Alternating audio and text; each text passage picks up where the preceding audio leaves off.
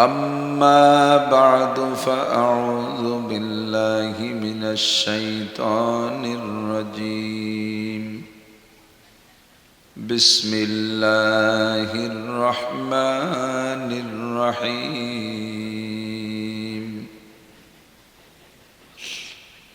قل إن كنتم تحبون الله فاتبعوني يحببكم الله ويغفر لكم ذنوبكم والله غفور رحيم وقال محمد رسول الله صلى الله عليه وسلم من أطاعني فقد أطاع الله ومن عصاني فقد عصى الله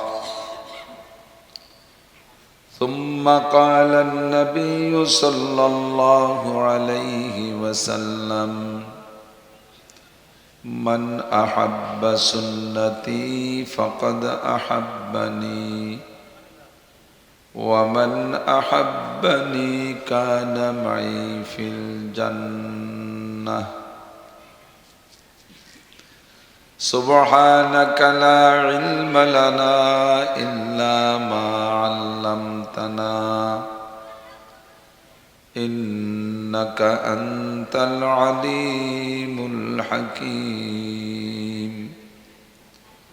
جزى الله عنا محمدا ما هو أهله سبحان الله وبحمده سبحان الله العظيم رب اشرح لي صدري ويسر لي أمري واحلل عقدة من لساني يفقه قولي رب زدني علما اللهم بارك لنا في رجب وشعبان وبلغنا رمضان اللهم أرنا الحق حقا وارزقنا اتباعه وأرنا الباطل باطلا وارزقنا اجتنابه সকলে বলি আমিন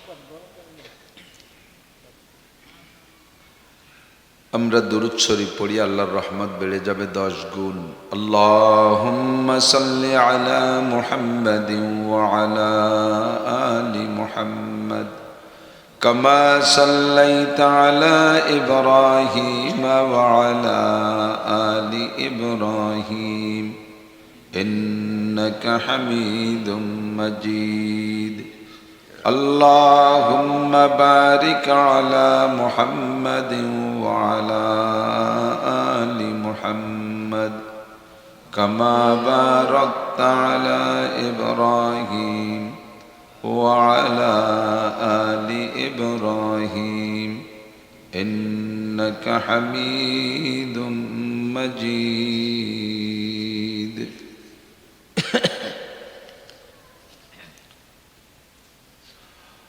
উপমহাদেশের প্রখ্যাত পীরে কামেল জ্ঞান আকাশের উজ্জ্বল নক্ষত্র হাফেজুল হাদিস আল্লামা রুহুল আমিন রহমাতুল্লাহ আলাইহির স্মৃতি স্মরণ ওই সালে সওয়াব উপলক্ষে 17তম 2 দিন ব্যাপী বার্ষিক ওয়াজ মাহফিলের প্রথম দিনের সম্মানিত সভাপতি আজকের মাহফিলের মদউ উলামায়ে কেরাম এই অঞ্চলের অন্যান্য উলামায়ে কেরাম আইম্মায়ে মাসাজিদ মাহফিল পরিচালনা কমিটির সকল সদস্যবৃন্দ প্রাণ প্রিয় দেশবাসী অত্যন্ত দামি মাসের দামি রাত রজব মাসের জুমার রাত আজকে রাতটা অনেক অনেক দিক দিয়ে দামি। এক তো রজব মাস, দ্বিতীয়ত জুমার রাত, তৃতীয়ত ঐতিহাসিকদের মতে কোরআন হাদিসের আলোকে যতটুক পাওয়া যায় আজকে রাত 26শে রজব দিবাগত রাত। এ রাত্রে নবী আলাইহিস সালাতু ওয়াস সালামকে আল্লাহ পাক মেরাজ নামে আরশে আজিম পর্যন্ত নিয়ে গিয়েছিলেন। নবী আলাইহিস সালাতু ওয়াস সালামকে আল্লাহ পাক সামনে বসাইয়া সূরা বাকারার শেষ 2 আয়াত নিজে পড়াই দিয়েছিলেন। উম্মতের জন্য সেরা ইবাদত 5 ওয়াক্ত নামাজ এই রাত্রে নবী আলাইহিস সালামের হাতে সুপর্দ করেছিলেন। আল্লাহ পাক নবী আলাইহিস সালাতু ওয়াস সালামকে এই রাত্রে 8টি জান্নাত 7টি জাহান্নাম সচক্ষে দেখার তৌফিক দিয়েছিলেন। 7 আসমান পেরিয়ে বাইতুল মামুর, ফেরেশতাদের কাবা, ফেরেশতাদের মসজিদ দেখাইয়া সিদরাতুল মুনতাহা পর্যন্ত নিয়ে সেখান থেকে জান্নাতি পরিবহনে চড়াইয়া আল্লাহ পাক তার সামনে নিয়ে দোস্তকে বসাইয়া তাশাহুদের প্রবর্তন করেছিলেন। সবকিছু মিলাইয়া রাতটি বড় দামি, মেরাজের রাত। আমরা এ রাত্রে এ অঞ্চলের হাজারো মানুষের মধ্য থেকে বাছাইকৃত হইয়া আল্লাহ পাকের সুনিপুণ নির্বাচনে নির্বাচিত হয়ে সাময়িক জান্নাতের বাগানে বসতে সুযোগ পেয়েছি। শুকর আদায় করি আলহামদুলিল্লাহ। 2 দিন ব্যাপী মাহফিল, ইসালে সোয়াব মাহফিলের সমাপনী দিনে আমার মনে হয় এদিক তবারক শাহ থাকে না, কাজেই শেষ দিনের অপেক্ষায় মানুষ বেশি থাকবে, এটাই স্বাভাবিক। প্রথম দিন আরো আমরা ঘরে ঘরে বাড়ি বাড়ি মাহফিল করি, তো অল্প লোক হওয়ার কারণে মন খারাপের কোনো দরকার নাই। কাম্মিন ফিয়াতিন কলিলাতিন গলাবাত ফিয়াতান কাসীরাতাম বিইذনিল্লাহ। অনেক সময় স্বল্প সংখ্যক মানুষ আল্লাহ পাকের কাছে অধিক সংখ্যক মানুষের চাইতে বেশি মকবুল হয়ে থাকে। আল্লাহ পাক রব্বুল আলামিন এই 313 জনকে বিজয়ী করে দিয়েছিলেন 1000 জনকে পরাজিত করে দিয়ে। বলি আলহামদুলিল্লাহ। তো জনসংখ্যা কম হইলেই সেখানে আমাদের লস, একথা আমরা বলতে পারি না। অল্প কয়েকজন মানুষ যদি সহি কথাগুলো উলামায়ে কেরামের কাছ থেকে শুনে শিখে নিয়ে যেতে পারেন, তাহলে আল্লাহর রহমতে এটাই আমাদের মকবুলিয়াতের আলামত। বাকি আরেকটা সুসংবাদ হলো, শ্রোতা যত কম হয় শ্রোতাদের লাভ হয়। বক্তা যা বয়ান করবেন তো করবেনই, লোক যত কম হবে ভাগে তত বেশি পাবে। আপনার ঘরের ছাদের উপরে একটা 1000 লিটারের টাঙ্কি আছে। এই 1000 লিটারের টাঙ্কি 1000 লিটার পানি দিয়ে লোড দিয়েছেন, ভরে ফেলাইছেন। যদি এই 1000 লিটারের টাঙ্কি থেকে টেপ দিয়ে পানি নামাইয়া ব্যবহার করে একজন, তাহলে একাই 1000 লিটার, ঠিক না?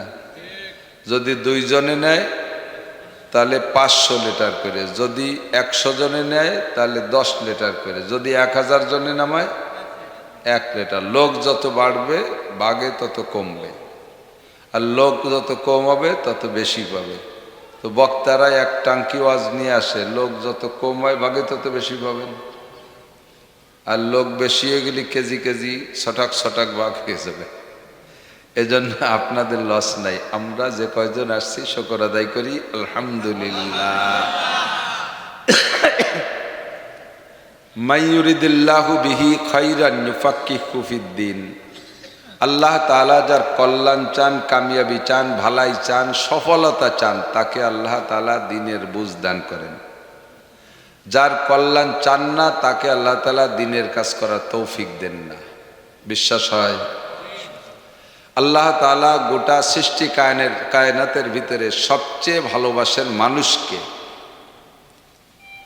মানুষের চাইতে পছন্দের কোনো মখলুক আল্লাহর কাছে নাই। জিনদের চাইতে আল্লাহ মানুষকে ভালোবাসে, ফেরেশতাদের চাইতে আল্লাহ মানুষকে ভালোবাসে। কথা কন কেন? এ পর্যন্ত বলা হয় নাই যে জিবরিল আলাইহিস সালাম আসতেছে, তোমরা সবাই মাটিতে শুয়ে পড়ো, তোমাদের পিঠের উপর দিয়ে জিবরাইল হাঁটে যাবে। তার সম্মানার্থে তোমরা মাটিতে সব শুয়ে পড়ো। কোনো কোরআন হাদিসের কোনো দলিলে নাই, কিন্তু সহিহ হাদিস বুখারী শরীফের হাদিস, ওয়া ইন্নাল মালাইকাতা লা তাদউ আজনিহাতিহা রিদাল লিতালিবিল ইলম, যারা দিন শিখার জন্য নারী আর পুরুষ ঘর থেকে বেরিয়ে আসে, কেউ মাহফিলের উদ্দেশ্যে, কেউ মাদ্রাসার উদ্দেশ্যে, কেউ তবলিগের উদ্দেশ্যে, কেউ কোনো হক্কানি পীরের সোহবতে যাওয়ার উদ্দেশ্যে, এক কথায় দিন শিখার জন্য যারা ঘর থেকে বেরিয়ে যায়, ফিরে আসা পর্যন্ত যাতায়াতের পথে বেগুনা মাসুম নূরের ফেরেশতারা তাদের নূরের পর পায়ের নিচে বিছাইয়া দেয়। মানুষকে বলা হয় নাই যে তোমরা জিবরিলের পায়ের নিচে তোমাদের গা বিছিয়ে দাও, কিন্তু ফেরেশতাদেরকে বলা হয় তোমরা তালেবে ইলম দিন শিখতে যারা বেরোইছে তাদের পায়ের নিচে পর বিছিয়ে দাও। তাহলে মানুষ দামি না ফেরেশতা দামি? ফেরেশতা দামি না মানুষ দামি? শত সহস্র প্রমাণ যে আল্লাহ তাআলা মানুষকে ভালোবাসেন এবং মানুষকে প্রাধান্য দিয়েছেন, এটা একটা যেটা বললাম। এরপরে আল্লাহ পাক রব্বুল আলামিন যত সৃষ্টি করেছেন, কোন সৃষ্টিকে সৃষ্টি করতে আল্লাহ হাত ব্যবহার করে নাই। মানুষের মাথা তৈরি করেছেন আল্লাহ তাআলা হাত দিয়ে, বলেন সুবহানাল্লাহ। যে জিনিসটাকে নিজে বেশি ভালোবাসে সে জিনিসটা নিজে হাতেই যত্ন করে, ঠিক না?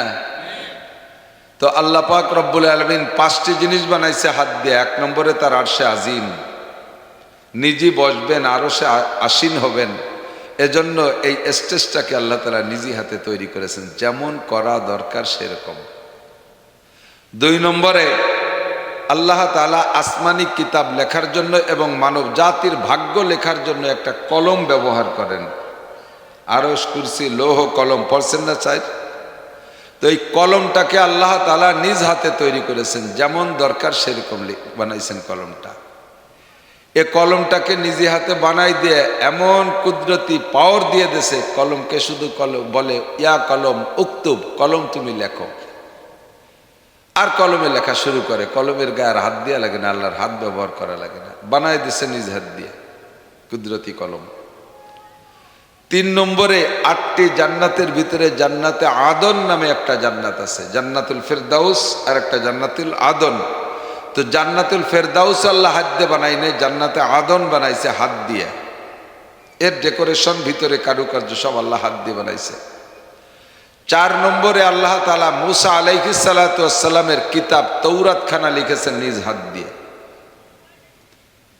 জবরজাত পাথরে মুসা আলাইহিস সালামের হাতের 12 হাত লম্বা ছিল কিতাব, আনুমানিক 8 হাত চওড়া ছিল, 1000 খণ্ড পাথরে লেখা, প্রত্যেক এক এক খণ্ডে এক এক পারা, আর এক এক পারায় 10,000 করে আয়াত, 1000 করে আয়াত, 1000 গুণ 1000 সমান সমান 10 লক্ষ আয়াত বিশিষ্ট কিতাব মুসা আলাইহিস সালামের কিতাব তৌরাত আল্লাহ তাআলা নিজ হাত দিয়ে লিখেছিলেন, বলেন সুবহানাল্লাহ।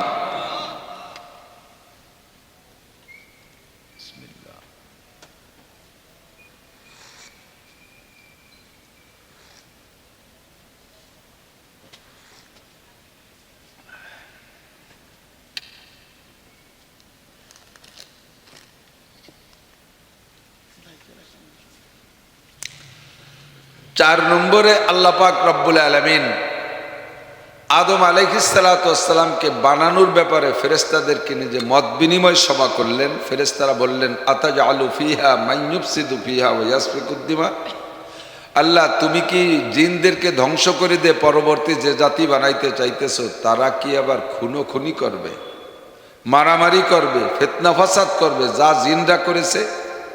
তোমার যদি আরো বেশি তাসবিহ তাহলিল আর ইবাদত বন্দেগী শখ থাকে, যে আরো বেশি ইবাদত তোমার কামনা, যে তারা তাসবিহ তাহলিল বেশি করুক, এমন একটা জাতি বানানোর ইচ্ছা করে থাকো, তাহলে আমাদেরকে বলো, নাহনু নুসাব্বিহু বিহামদিকা ওয়া নুকদ্দিসু লাক, তাসবিহ তাহলিল জিকির ফিকির ইবাদত বন্দেগী তোমার পবিত্রতা বর্ণনা আমরা আরো পরিমাণে বাড়াই দেবো, আরো বেশি করব।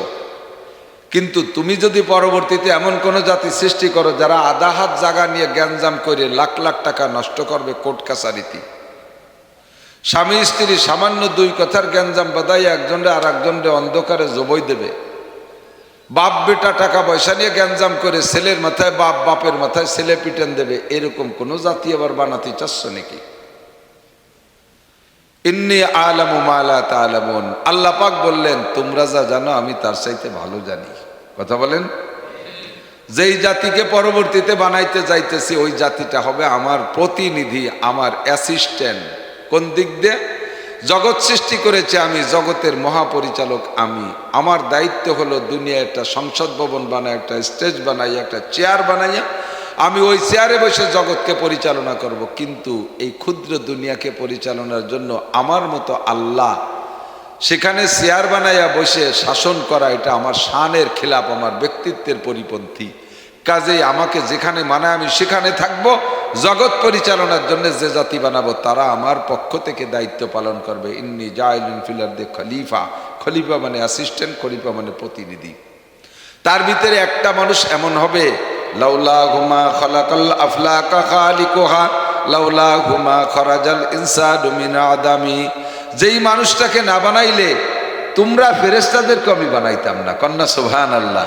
তাদের মধ্যে একটা মানুষ এমন হবে যেই মানুষটাকে না বানাইলে ফেরেশতা বানাইতাম না, জিন বানাইতাম না, আসমান বানাইতাম না, জমিন বানাইতাম না, সৃষ্টি কায়নাতের হাজার হাজার সৃষ্টি আমি তৈরি করতাম না। ওই একটা মানুষকে উপলক্ষ করে সবকিছু, আর সেইটাই হবে মানব জাতির থেকে। বলেন না সুবহানাল্লাহ। তাহলে সেই মানুষটার নাম কি? Donald Trump, Netanyahu, Joe Biden, মুহাম্মদুর রাসূলুল্লাহ সাল্লাল্লাহু আলাইহি ওয়াসাল্লাম, ঠিক কিনা? উনি আমাদের থেকে কাদের থেকে? ওনাকে যদি আমরা অন্য কিছুকে পরিচয় দেই তাহলে কিন্তু আমাদের দাম কমে যায়। একটু গভীরভাবে বোঝার চেষ্টা করেন। তৎকালীন প্রধানমন্ত্রী শেখ হাসিনা, বাপের বাড়ি গোপালগঞ্জ, শ্বশুর বাড়ি রংপুর। আমি কিছুদিন আগে গিয়েছিলাম রংপুরের পীরগঞ্জ, ওনার বাড়ির কাছে গেছিলাম, শ্বশুর বাড়ির দ্বারে। মাইয়েকে বিয়ে দেওয়ার পরে পরিচয় হয় কোন দিক? শ্বশুর বাড়ির দিক না? আপনার মেয়ে সালেহাকে বিয়ে দিয়েছেন গোপালগঞ্জ, বাড়িতে বেরোনোর সময় জিজ্ঞেস কোন জায়গা যাকা, একটু সালেগে বাড়ি যাচ্ছে। সালের জন্মতে এই বাড়ি, আপনারই মাইয়া বিয়ে দিয়েছেন ওই জায়গা, সালেগে বাড়ি গোপালগঞ্জ, তাই গোপালগঞ্জ যাচ্ছেন সালেগে বাড়ি, তাই কয় না? তো শেখ হাসিনার শ্বশুর বাড়ি কি বলে রংপুর, পীরগঞ্জ। তারে বলা যাবে যে সে পীরগঞ্জের মানুষ, অথচ আমরা গোপালগঞ্জ জেলারা টাইনি টুনি তারে গোপালগঞ্জে সাব্যস্ত করি। কি জন্য? যতদিন প্রধানমন্ত্রী 16 বছরের ক্ষমতায় ছিল, যদি গোপালী মাইয়ে কই না গোপালগঞ্জের মানুষ প্রমাণ করতে পারি তাহলে আমাদের ক্রেডিট বাড়ে। এদিক ওদিক যে একটু জাড়ি জুড়ি মারতে পারি আর কলার ঝাড়তে পারি, গোপালগঞ্জ, আই এম গোপালী। কি জন্য? যে প্রধানমন্ত্রী বাড়ি গোপালগঞ্জ, মৌলিকভাবে আসলে প্রধানমন্ত্রী বাড়ি তো রংপুর, এটা তো তার বাপের বাড়ি। মাইয়াকে বিয়ের পরে বাপের বাড়ির সাথে পরিচয় থাকে না। দুনিয়ার স্বার্থে যদি এই করতে পারি, আখেরাতের স্বার্থের বেলা আমরা এত বোকামি কেন করি?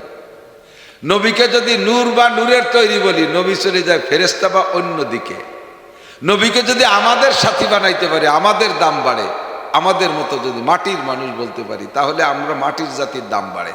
নূর কইলে ফেরেশতারা নূর, নবী নূর না। নবী আমাদের সাথে। বাকি বুঝার বিষয় এতটুক, এই যে লাইটগুলো, এর বডি কি দিয়ে বানানো? কাঁচ দিয়ে বানানো না? এর কি কাঁচ কয় না লাইট কয়? কি কয়? লাইট। কেন? ওর মধ্যে লাইট ঢুকছে, লাইট মানে আলো। লাইট ঢুকছে বিদায় কাঁচের বডি হয়ে গেছে এখন লাইট। নবী আলাইহিস সালাতু ওয়াস সালাম মাটির বডি, কিন্তু নূরে নবুয়াতে ঢোকার কারণে নূরের নবী হয়ে গেছে। কতক্ষণ? এ জায়গায় যদি বলি যে ডাইরেক্ট নূর, তাহলে আমাকে জাতিত্ব খাটো হয়ে যায়, আমাদের দাম কমে যায়। আমাদের নবী আল্লাহ পাক বলেন কুল ইন্নামা আনা বাশারুম মিথলুকুম, বলে দেন তারা যেন আপনাকে ভুল না বোঝে। আপনি বলেন যে আমি তোমাদের মতো মানুষ, তোমাদের জাতের থেকে, বাপের ঔরসে জন্ম নিয়েছি, মায়ের পেটে জন্ম নিয়েছি। কোনো ফেরেশতা, কোনো নূর একটার পেটে আর একটা জন্ম নেয় না। আল্লাহ নূর, আল্লাহর পেটে থেকে কেউ জন্ম নেয় না। ফেরেশতারা নূর, তাদের পেটে থেকে কেউ জন্ম নেয় না। আমি মা বাবার পেটে জন্ম নিয়েছি, আমার পেটের থেকেও জন্ম নেয়। হাসান হুসাইন কি বলা হয়, ফাতেমা কুলসুম হুজুরের কন্যা, তাদের পেট থেকে হাসান হুসাইন জন্ম নিয়েছে। তাহলে নবীকে আমাদের জাতের থেকে রাখতে পেলে আমাদের দাম বাড়ে। কতক্ষণ? ঠিক কি ঠিক না? আল্লাহু আকবার। এই মানুষটা তোমাদের থেকে হওয়ার কারণে তোমরা মানব জাতির সবচাইতে দামি। ফেরেশতারা প্রতিবাদ করে টাকাইতে পারে নাই। আল্লাহ কয় মানব জাতিকে আমি সর্বসেরা সৃষ্টি করেছি, কাজেই তারা আমার বড় মহাব্বতের। বানাইতে গিয়ে আবার কেমন বানাইছে, আল্লাহ পাক মানব জাতিকে ভালোবাসে তার কয়েকটা প্রমাণ দিচ্ছে। এদিক তাকান। বানাইতে গিয়ে আল্লাহ পাক বলেন লাকাদ খালাকনাল ইনসানা ফি আহসানি তাকওয়িম। গোটা সৃষ্টির ভিতরে মানুষের চাইতে সুন্দর কাটিংয়ে কেউরে বানায়নি। যেখানে চোখ দরকার সেখানে চোখ, নাকটা যেমন দিলে ভালো দেখায় তেমন, মুখখান যেমন বানাইলে ভালো দেখায় তেমন, গালের চল যেমন বানাইলে ভালো দেখায় তেমন, কান দুটে যেমন দিলে সুন্দর দেখায় তেমন। মানুষের কান যদি রাম ছাগলের কানের মতো ঝুলানো হতো, রাম ছাগলের এত বড় কান ঝুলিয়ে থাকে বা পাতার মতো এরকম কানুলি কিরম দেখা যায় কিন্তু। মানুষের কান যদি হাতির কানের মতো এরকম বড় বড় দুইখান কুলোর মতো হতো তা বা কেমন দেখা যেত। নাকটা যদি এ জায়গায় না হয়ে মলদারের কাছে সেট করে দিত তাহলে কত বেকায়দায় পড়ে যেতাম, সারাক্ষণ গন্ধ শক্তি পেট ফুলে যাইতো। আল্লাহ সে জায়গা না দিয়ে জায়গা মতো দিছে। কতক্ষণ কত সুন্দর করে বানাইছে আল্লাহ। ইয়া আইয়ুহাল ইনসানু মা গাররাকা বিরাব্বিকাল কারীম আল্লাযী খালাকাকা ফাসাওয়াকা ফাআদালাক ফি আইয়ি সূরাতিন মা শাআ রাক্কাবাক। যেমন তরতিবে যে কায়দায় বানাইলে ভালো দেখা যায়, ও মানুষ আমি তোমাকে সেই সুন্দর করে বানাইছি। আমি তোমারে বানাইলাম মা গাররাকা বিরাব্বিকাল কারীম। আল্লাহু আকবার। তোমার এই কারীম দয়াবান রবকে কোন জিনিসে ভুলাই দিল? দুনিয়ার টাকা পয়সা, দুনিয়ার মোহে পইড়া, সোনাদানার মোহে পইড়া, পদ পজিশনের ধান্দায় পইড়া তুমি তোমার রবকে ভুলে গেছো। মা গাররাকা বিরাব্বিকাল কারীম আল্লাযী খালাকাকা। এবারে বলেন আল্লাযী খালাকাকা, বানাইছে আপনারে কে? আল্লাযী খালাকাকা ফাসাওয়াকা, সুন্দর করে বানাইছেন। ফাআদালাক, আদল মানে ন্যায় নীতির সাথে যেখানে যেটা দেয়া দরকার সেখানে সেইটা দিয়েছে। একে বলা হয় আদল বা আদব। আদব কাকে বলে? আদব বলে ওয়াজু শেফি মহল্লিগি, যা যেখানে রাখা দরকার তা সেখানেই রাখার নাম আদব বা আদল, ইনসাফ, ন্যায় বিচার। ন্যায় নীতির সাথে তোমারে বানাইছি। এত সুন্দর রবকে তোমাকে কিসে ভুলাই দিল? সৃষ্টি জগতের ভিতরে সবচাইতে সুদর্শন করে বানাইছে মানুষকে। এটা অপ্রমাণ করে আল্লাহ আমাদেরকে সবচেয়ে ভালোবাসে, ঠিক না? অঙ্গ প্রত্যঙ্গের দিক দিয়ে সবচাইতে দামি দামি অঙ্গ আল্লাহ মানুষকে দিয়েছেন। দুইটা কিডনি যদি পাল্টায় আনতে যান 30 লক্ষ টাকা লাগে।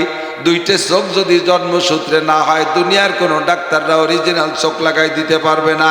জন্মসূত্রে এখন হাত যদি না নিয়ে আসি সারা দুনিয়ার কোনো ডাক্তার অরিজিনাল হাত লাগাই দিতে পারবে না। পারবে? একটা আঙ্গুলও বানাই দিতে পারবে না। ও দোস্ত, দুইটা বাল্ব যদি নষ্ট হয়ে যায় পাল্টায় আনতে গেলে কৃত্রিম বাল্ব লাগাই দেয় 20 লক্ষ টাকা নেয়। বাল্ব হার্ট যদি ব্লক হইয়া যায় 4টি রিং পরাইতে 8-10 লক্ষ টাকা লাগে। কত দামি দামি পার্টস আমার মধ্যে দিয়েছে চিন্তা করতে পারেন।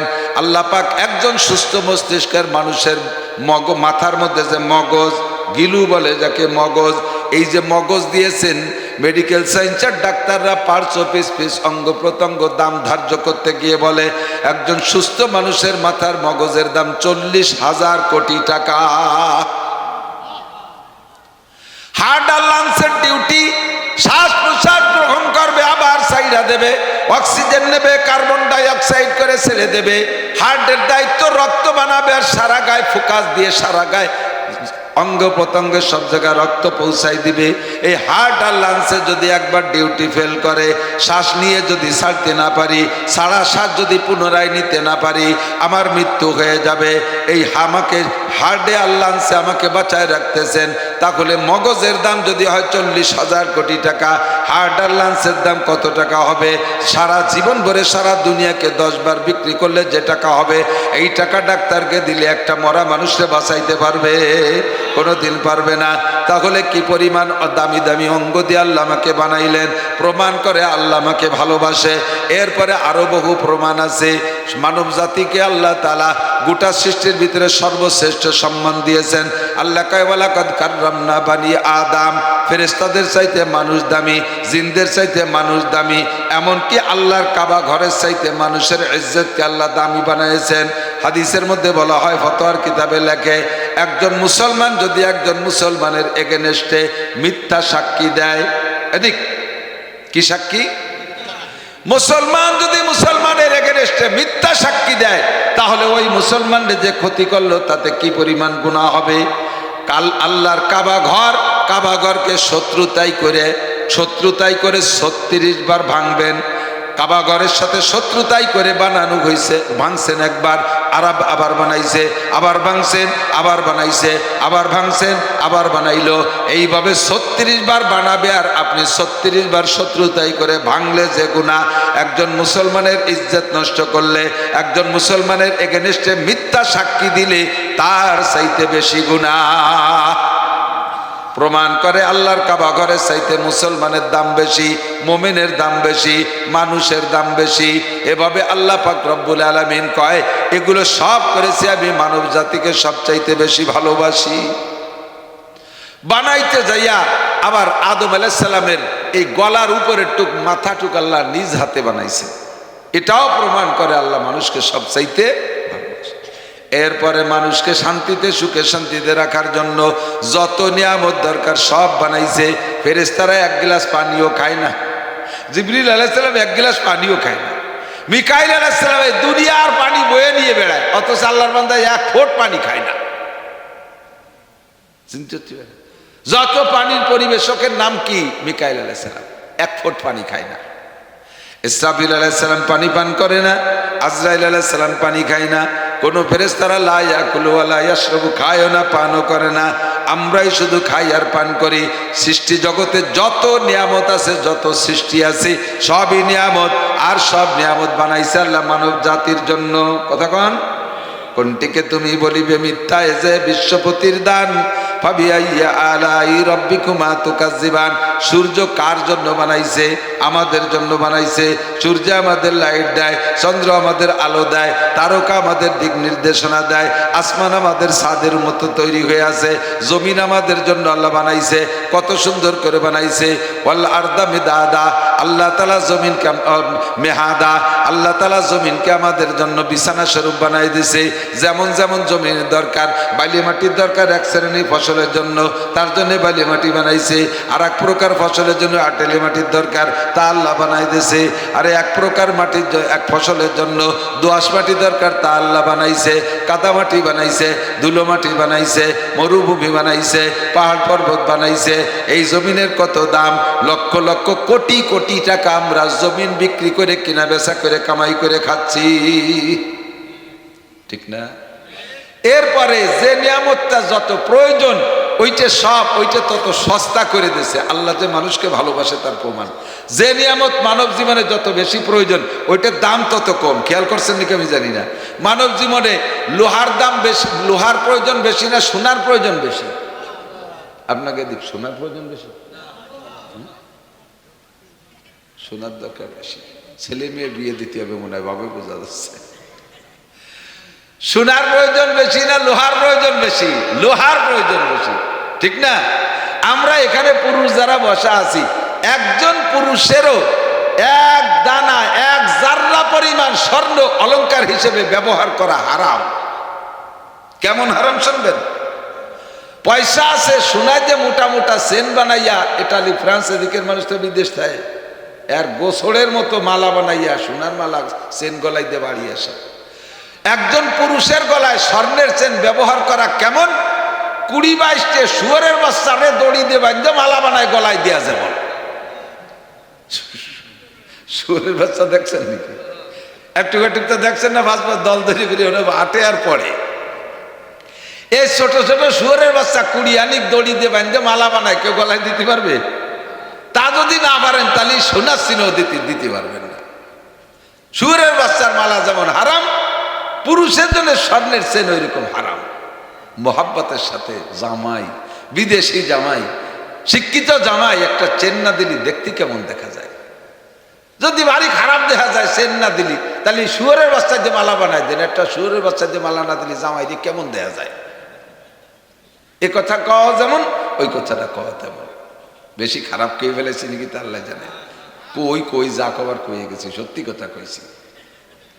এবার তাহলে আমাদের স্বর্ণ অলংকার ব্যবহার করা হারাম, তাহলে আমাকে পুরুষের তো শোনার কোনো দরকার নেই। মহিলাকে আপনি 5-10 কেজি সোনায় দিয়ে 3 পিস বানাই আউলাকে জামা বানাই দেন, কোনো গুনাহ নাই, কোনো দোষ নেই। তবে যদি কোনো মহিলা এক চুল পরিমাণ, এক দানা পরিমাণ স্বর্ণ জীবনে ব্যবহার না করে, তাতে তার কোনো সগীরা কবিরা গুনাহ হবে না। এই বিটিকে, চুলোর বিটির একটা মশলা আছে, মহিলাকে কানের নাকফুল যদি খুলে ফেলে, তাহলে স্বামী স্ত্রী বিচ্ছেদ হয়ে যায়, তালাক হয়ে যায়। এটা ফাও কথা। কোন মহিলা জীবনেও কোনোদিন বিয়ের পরে যদি নাকফুল ব্যবহার না করে, একটা সগীরে গুনাহ হবে না, তাতে স্বামী স্ত্রীর সম্পর্ক বিচ্ছেদ ঘটে না। স্বর্ণের সাথে বিয়ের কোনো সম্পর্কই নেই। স্বামী স্ত্রীর সম্পর্ক দুনিয়া কথার ভিতরে, আমি তোমারে বিয়ে করলাম আর সে কইল আমি কবুল করলাম, বাস হয়ে গেছে। এবার পুরুষের উপরে কিছু দেনমোহরের টাকা চাপে, ওই টাকাটা বউরে দিয়ে দিতে হবে। এই দেনমোহর পরিশোধ করা ওয়াজিব। এই বিয়ের নাম, আর কিছু না, এর নামই বিয়ে। বিয়ে খুব সহজ। যে জিনিস যত সহজে আসে, ও জিনিস ভেঙ্গেও যায় এরকম সহজে। আবার ছাড়িয়ে দিতে গেলে তোমার 3 তালাক দিয়ে দিলাম, হয়ে গেছে কাম সারা। এর জন্য খাতা কলম লাগবে না, মুখ দেখলি হয়ে গেল। গঠন হয় যেমন সহজে, ভঙ্গ হয় এরকম সহজে। আরবিতে বলে ফতোয়ার কিতাব, হাদিসের অংশ, সালাসাতুন জিদ্দুহুন্না জিদ্দুন ওয়া হাজলুহুন্না জিদ্দুন। খেয়াল করেন, 3টে বিষয় এ যেভাবে বলেন, এর কি করে বলেন, তামাশা করে বলেন, মস্ক করার জন্য বলেন, প্র্যাকটিস করার জন্য বলেন, যেভাবে বলেন, বলতে দেরি, বাস্তবায়ন হতে দেরি নেই। 3টি সতর্ক থাকবেন, খুব সতর্ক। রাগারাগি ভাগাভাগি যাই করেন, আর কি তামাশায় যাই করেন, এই 3টে জায়গায় খুব জবানকে কন্ট্রোল করবেন। 1 নম্বরে আর নিকাহ, 2 নম্বরে আল ইতাক, 3 নম্বরে আর তালাক। 1 নম্বরে বিয়ে, দুইজনে প্র্যাকটিস করতেছেন। আসলে আমরা একটু বিয়ের প্র্যাকটিস করি, কিভাবে কি করলে বিয়ে হয়।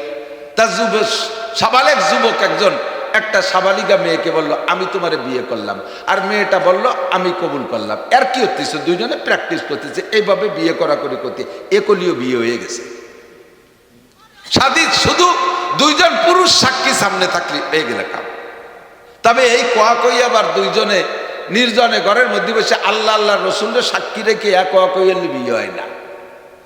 অনেকে আছে কলেজের পিছনে যাই, 2জনে এইভাবে আল্লাহ আল্লাহ রসুলের সাক্ষী রে বিয়ে করে। এই বিয়ের দাম নাই। ওই বিয়ের ঘরে যে কটা ভয় দেওয়া হবে, সব জারির বাচ্চা ভয় দেওয়া হবে। ও বিয়ে বিয়ে না। আর আন্নেকা রাগ করে কইছেন, তামাশা করে কইছেন। গ্রামের অনেক বুড়ো দাদারা আছে, মাঝে মাঝে কই, বুড়ো দাদারা গ্রামে ঢুকে, খুব রসালু দাদা, খেজুর গাছে রস নাই, দাদার গাল বাইয়ে রস পড়ে, পাড়া বইরে ঘোরে, কোন বাড়ি ফিটিয়েছে, কোন বাড়ি মুড়িয়েছে, চা বিস্কুট খায়। আর এই নাতি, মেয়ের ছেলেদের মেয়েকে বলে নাতি, বা ভাইয়ের বেটার মেয়েদেরকে আমাদের ওদিক পুতনি কয়, ঠিক আছে নাকি? এই পুতনি নাতনি যারা আছে, প্রতিবেশী, নিজের গুলো না, প্রতিবেশী, যার সাথে বিয়ে হালাল, ওই বুড়োর বিয়ে হালাল, শরীয়তে হালাল, এইরকম পুতনিকে সাথে আর কি, আরে এই তোরে দি বাড়ি ফাইন দেওয়া যাচ্ছে, তোর দাদি এখন পারে না, বুড়ো হয়ে গেছে, যা তোর বিয়ে হলাম, আমাকে বাড়ি যা, তুই আমার বউ, তুই আমার বউ, যা আমাদের বাড়ি। ও বলে, হ্যাঁ দাদা আমি রাজি আছি, আমি তো সব সময় রাজি। 2জন কিন্তু আর কি করতেছে, এই 2জনের কথা ওই বাড়ির মেয়ের বাপ আর মেয়ের ভাই শুনছে, হয়ে গেছে খেলা শেষ, ফাইনাল বিয়ে সহি। এই বুড়ো এখন ওই মেয়েটারে তালাক না দিলে, মেয়েটারে অন্য জায়গা বিয়ে দিয়ে হারাম। বুড়ো এই মেয়েটাকে এখন তালাক না দেওয়া পর্যন্ত ওই মেয়েটারে অন্য জায়গা বিয়ে দিয়ে হারাম। আর কি করে বেড়াইছেন, দুলাভাইরা শ্বশুর বাড়ি আইসা পাড়ার শালিকে এইভাবে পাইকারি ধরে বিয়ে হয়ে বেড়াচ্ছেন। এই তোর আপা পারে না, যা, আমাকে তোর পছন্দ হয়েছে, বিয়ে করলাম, তুই আমার বউ, যা। আর সে কল, ঠিক আছে আমি রাজি আছি। 2জন পুরুষ সাক্ষী শুনছে, বিয়ে হয়ে গেছে। এই জায়গাটা জবানকে খুব সতর্ক রাখবেন। তামাশা করতে যে এখন এই বুড়ো যদি তালাক না দেয়, এটার তো কিছু মনে করে নাই, তালাক দেওয়া প্রয়োজনও মনে করে নাই। আবার বয়স হলে সময় মতো মেয়েটার আর এক জায়গা বিয়ে দিছে, সেই জায়গা বিয়ে সহি হয় নাই, ওই জায়গায় যতদিন ঘর করবে সব জিনার গুনাহ হবে, ও বাড়ি যত সন্তান পয়দা হবে সব জারজ সন্তান, হারামজাদা পয়দা হবে। এবার বুড়োর কাছ থেকে তালাক দিয়া তেলি কি লাগবে, বুড়ো খালি মুহি তালাক দেয়, এটি আসলে হবে না। শরিয়াত সম্মত একটা দেনমোহর ধার্য আছে, ওই দেনমোহরের অর্ধেক টাকা দিয়ে আসতে হবে। হ্যাঁ, এবার রস সব শুয়ে গুড় হয়ে যাবে, তাহলে দিয়ে আসতে হবে, দেনমোহরের অর্ধেক টাকা দিয়ে আসতে হবে। খেয়াল করেন। আর নিকাহ বলে এতাকটা বলার দরকার নেই, ও যুগ নাই এখন। ওয়ান নিকাহ ওয়াল ইতাক ওয়াত তালাক, 3 নম্বরে যেই জিনিসটা বলতে দেরি, বাস্তবায়ন হইতে দেরি হয় নাই, আর কি তামাশার ভিতরে করলেও হয়ে যায়, সেটা হলো তালাক। রাগে দেন, গুসায় দেন, আর ইয়ার কি করতে করতে দেন, তালাক জবানে বের হইলে হইয়া যায়। 1 তালাকে 1 তালাক, 2 তালাকে 2 তালাক। এক জায়গায় দাঁড়ায় যদি 3-এর থেকে ততোধিক তালাকও দেন, 3 তালাক হয়ে যাবে। আর 3 তালাক হয়ে গেলে ওই স্ত্রীকে নিয়ে ঘর করা যাবে না। অনেক সময় শেখায় হুজুর রাগ হয়েছে, খুব রাগের মাথায় দিছি। তা রাগের মাথায় না দিলি এবার তালাক তুমি খুশির সময় দিলে না কেন? বউ কি কেউ খুশির সময় তালাক দেয়? বউর সাথে খুব সুসম্পর্ক ভালো, রাত্রে আনন্দ করছে, এক কম্বলের ভিতরে গলা জড়াই ধরে শুয়ে রয়েছে, শেষ রাত্রি সজাগ হয়ে বলতে তোমারে খুব ভালোবাসে, এই জন্য 3টে তালাক দিলাম। এ কেউ দেয়? এরকম দেয়? তা ভালোবাসার সময় তালাক দিলে না, আর রাগের সময় তালাক দিলে হবে না, তাই তালাক হবে কবে? কথা কন? যে কোনো ভাবে তালাক দিলে তালাক হয়ে যাইবে। প্রত্যেকে যেন সরে চলে আসছি। আল্লাহু আকবার। গোটা সৃষ্টি কায়নাতের ভিতরে আল্লাহ পাক মানব জাতিকে সবচেয়ে ভালোবাসেন। কথা বলেন। যত সৃষ্টি করেছেন আল্লাহ সব মানুষের জন্য সৃষ্টি করেছেন। কথার খেয়াল রাখি, কিন্তু আজকে বেখেয়ালে গোড়াস কোন জায়গাতে ছুটে গেছে মনে নাই। যাই হোক, বাহারহাল মশলাটা তো বলা হয়ে গেছে, এই কথা দিকে খেয়াল রাখবেন। জবানকে কন্ট্রোল করবেন, জবানকে কন্ট্রোল করবেন। তালাক দেওয়ার ব্যাপারে পরে, তালাক দেওয়ার পরে কয় হুজুর কি করা যায়, হুজুর দেহেন যেটু কিছু করা যায় নাকি? আর হুজুরও কিছু আছে, কয় দেন 200 টাকা দিয়ে যান, দেহে আমি কিতাবাদি দেখি একটা ফয়সালা দিবানি। পরে হুজুর দেহেটে কয় যে আপনি যেভাবে তালাক দিয়েছেন ওভাবে কলি তো তালাকি হয়ে যায়, আপনি খাতায় ওভাবে কোয়েন না, আমি লেখি, আপনি একভাবে কন। হুজুর সে দেয় সেইভাবে উনি কয়, সেইভাবে ফিরে স্টেটমেন্ট নিয়ে হুজুর জায়েজের ফতোয়া বের করিয়া জায়েজকে তালাক হই নেই বলে ফতোয়া দিয়ে দিয়েছে। অরিজিনাল তালাক হয়ে গেছে। আর হুজুর তুমি গুরইয়া এই তালাক না হওয়ার মধ্যে নিয়ে গেলে এই পরিবারে যত গুনাহ হবে সম্পূর্ণ গুনাহ হুজুরির আমলনামায় জমা হবে। আর আপনিও খুঁজে খাইতে এরকম ঘুষখোর হুজুর 2-1টা আছে নাকি ফতোয়া আনতে সেই জায়গা যান, কড়া হুজুরকে কাছে যান না, আমাকে কাছে আসেন না। আমার জানা মতে তালাক দিলি তালাক হয় না এরকম কোন তালাক খুব কমই আছে। তালাক তো ওয়ার নিয়েতেই দেয়, তালাক তো ওয়ার নিয়েতেই দেয়, হয়ে যাওয়ার পরে শেষে মিশুর অনেক মায়া লাগে, পরাণ পড়ে, বাচ্চা কাচ্চা দিয়ে কান্না কাটিয়ে। আদম মানুষকে আল্লাহ সবচেয়ে ভালোবাসেন, তার প্রমাণ হলো হাজারো নিয়ামত দিয়ে আল্লাহ মানুষকে লালন পালন করতেছেন। মানুষ ছাড়ার যত নিয়ামত আছে সব কিছু আল্লাহ মানব জাতির জন্য বানাইছেন। এটাই হলো প্রমাণ আল্লাহ মানুষকে ভালোবাসে। এরপরে আল্লাহ পাক বলতেছেন, হে মানুষ, এবার তোমার কাছে জানতে চাই, ইন কুনতুম তুহিব্বুন আল্লাহ। নবীকে বলতেছেন কুল, হে নবী আপনি বলেন, উম্মতের কাছে জিজ্ঞাসা করেন, মানুষের কাছে জিজ্ঞাসা করেন, ইন কুনতুম তুহিব্বুন আল্লাহ, তোমরা কি আল্লাহকে ভালোবাসতে চাও? আল্লাহ তো তোমাদের ভালোবাসে, তার হাজারো লক্ষ কোটি প্রমাণ আছে, হাজার লক্ষ প্রমাণ। তোমার সৃষ্টির সূচনা থেকে নিয়ে তোমাকে দুনিয়ায় যতদিন রাখতেছেন তার ভিতরে রন্ধে রন্ধে পদে পদে তার প্রমাণ। কোনটিকে তুমি বলিবে মিথ্যা, এজে বিশ্বপতির দান, ফাবিআইয়ি আলাই রাব্বিকুমা তুকাজ্জিবান। মনে পড়ছে, এবার আমার দিক তাকান। যে জিনিস মানব জীবনে যত বেশি প্রয়োজন সেই জিনিস তত সস্তা। নারীদের ব্যাপারে স্বর্ণ অলংকার কইতে যে বলছি, তাই না? 1 জাররা পরিমাণ স্বর্ণ মহিলারা যদি ব্যবহার না করে তাহলে মহিলাদের কোনো সগীরা কবিরা গুনাহ হবে না। হবে? কোনো মহিলা যদি সোনা ব্যবহার না করে গুনাহ হবে? গুনাহ হবে না। আর স্বর্ণ ব্যবহার না করলে মহিলাদের কি ছেলে মেয়েও কম হবে? যে এই বিটি সোনা ব্যবহার করে না এই জন্য ছেলে মেয়ে হচ্ছে না, এরকম কোনো রিপোর্ট আছে নাকি?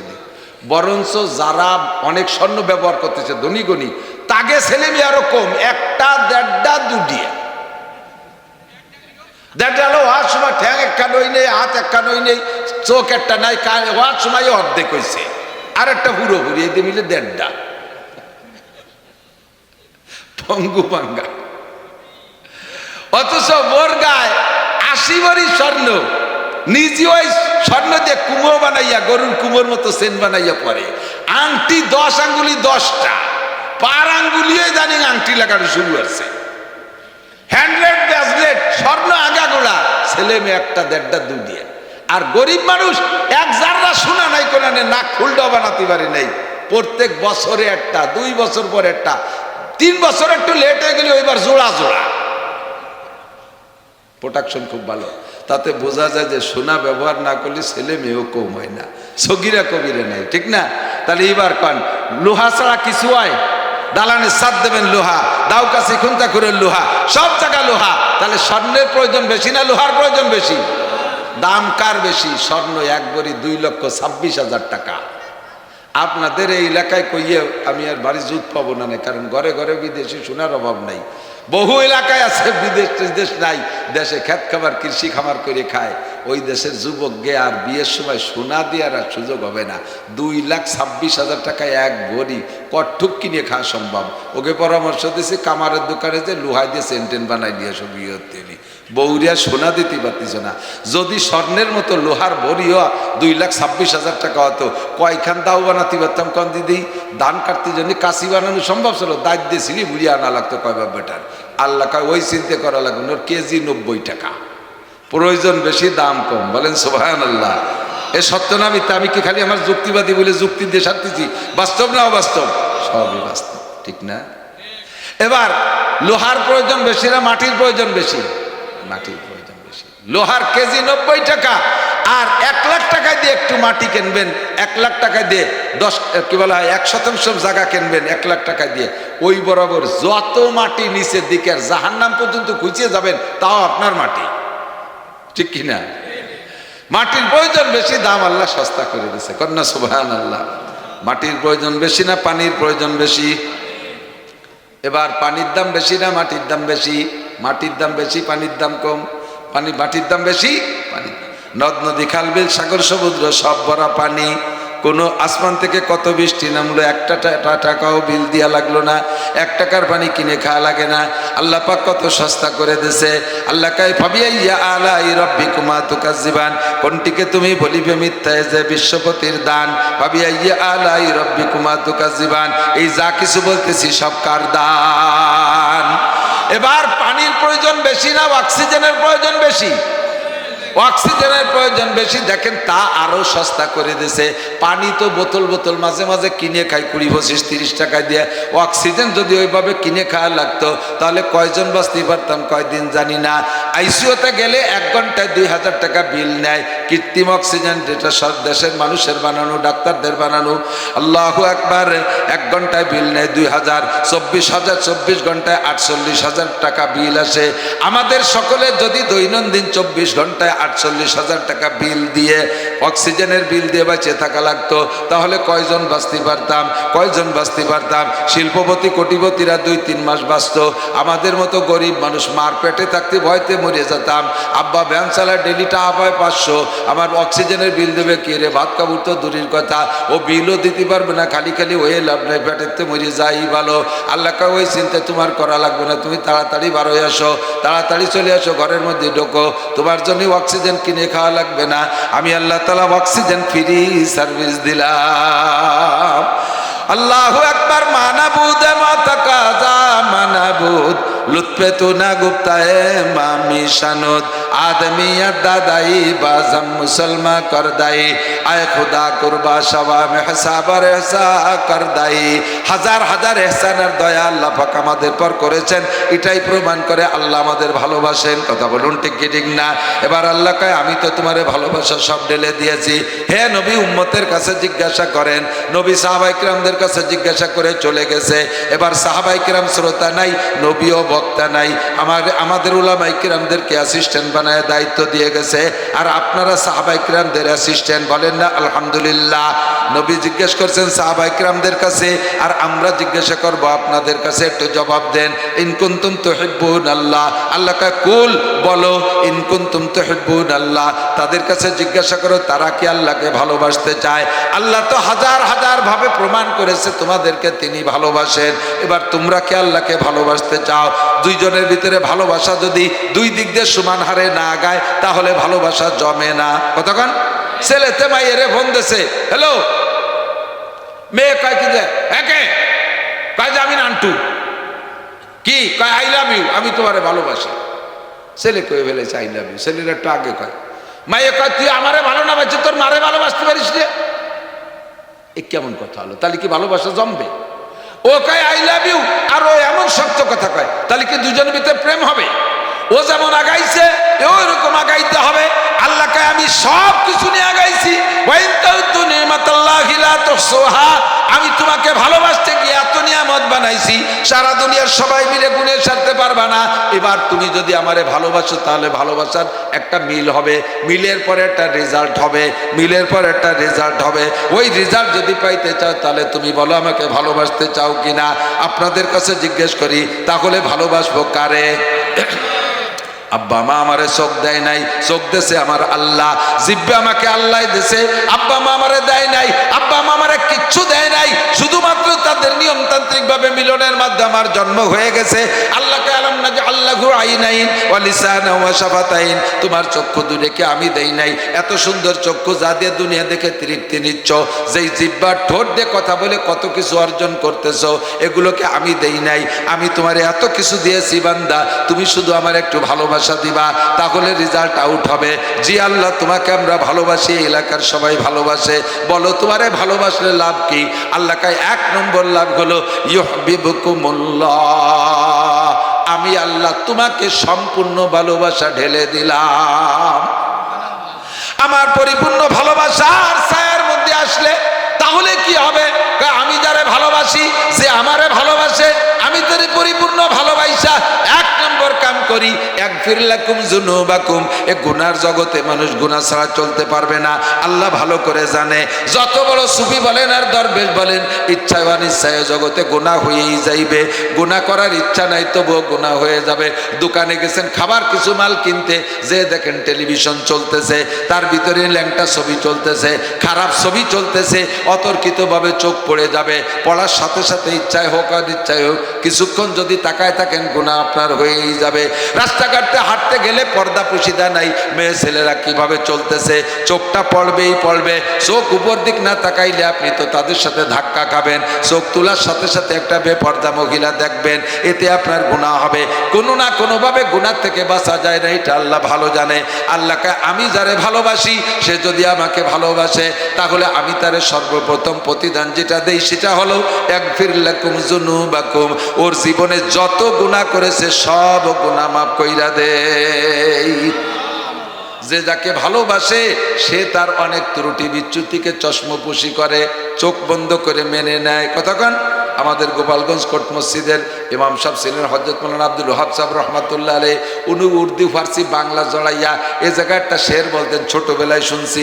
সে সময় বয়স বুঝি না, কেবলমাত্র মাদ্রাসায় সেই সময় শুনতাম, কিন্তু মুখস্থ রয়ে গেছে, মনে রয়েছে। হুজুর বলতেন, দোস্ত আকার আজ্ঞে দিলে গন্ধ না বাসাদ, দোস্ত আকার লাইতে দিলে দুঃখ না বাসাদ।